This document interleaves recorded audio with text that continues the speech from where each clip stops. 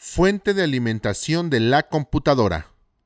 La fuente de alimentación de una computadora es la proveedora de la energía necesaria para que el equipo funcione. Si este elemento tiene fallas, podría afectar seriamente uno o varios componentes del equipo.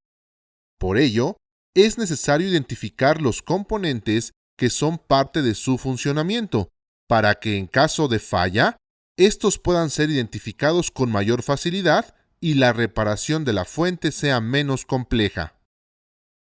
Las fuentes de alimentación son de tipo conmutadas, lo cual hace que la conversión de voltaje de corriente alterna a corriente directa sea más eficiente, minimizando las pérdidas de energía por calor, como pasa con fuentes de alimentación lineales.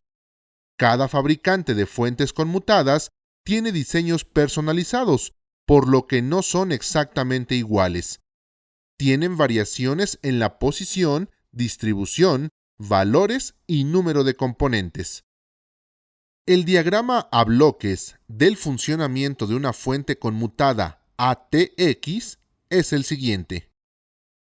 La corriente alterna entra a un circuito de protección. En este caso se considera 127 más menos 10 volts de corriente alterna.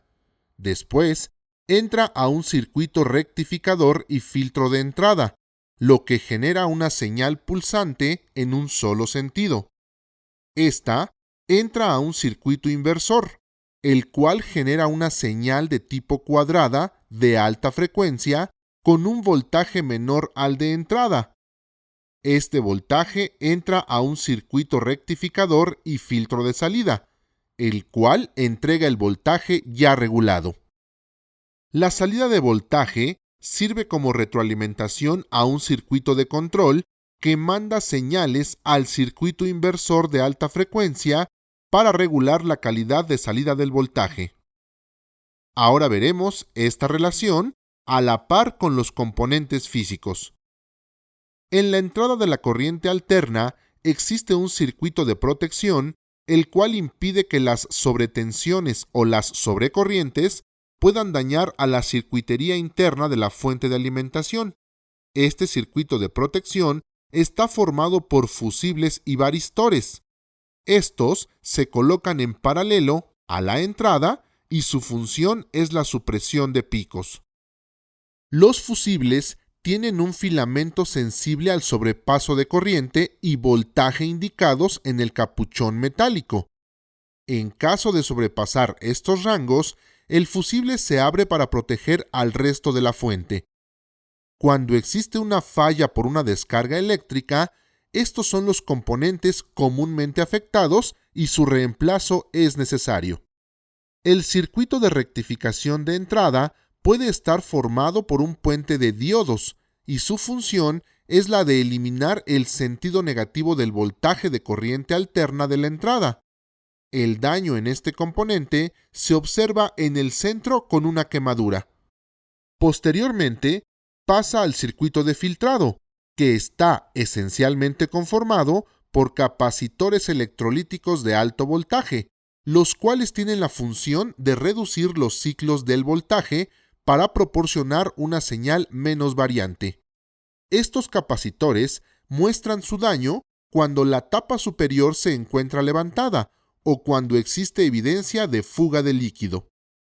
El circuito inversor de alta frecuencia consta de transistores BJT para la conmutación de la señal, así como de transformadores de alta frecuencia que hacen que el voltaje de entrada sea reducido a los voltajes necesarios por el equipo. Realizan conmutaciones rápidas para generar señales de mayor frecuencia, normalmente en el orden de los kHz. Los transistores se dañan al presentar una quemadura en la parte central.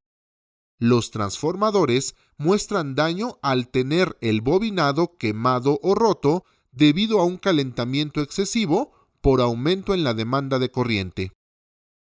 El circuito de rectificación y filtro de salida está conformado básicamente por diodos rectificadores, bobinas y capacitores.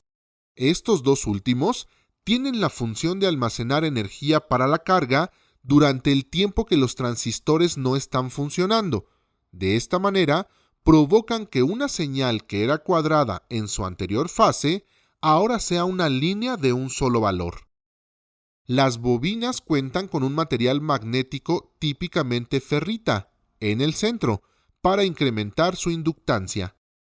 El daño en las bobinas se refleja al perder el aislamiento que recubre el cable, provocando que ésta entre en corto y pierda su valor de inductancia.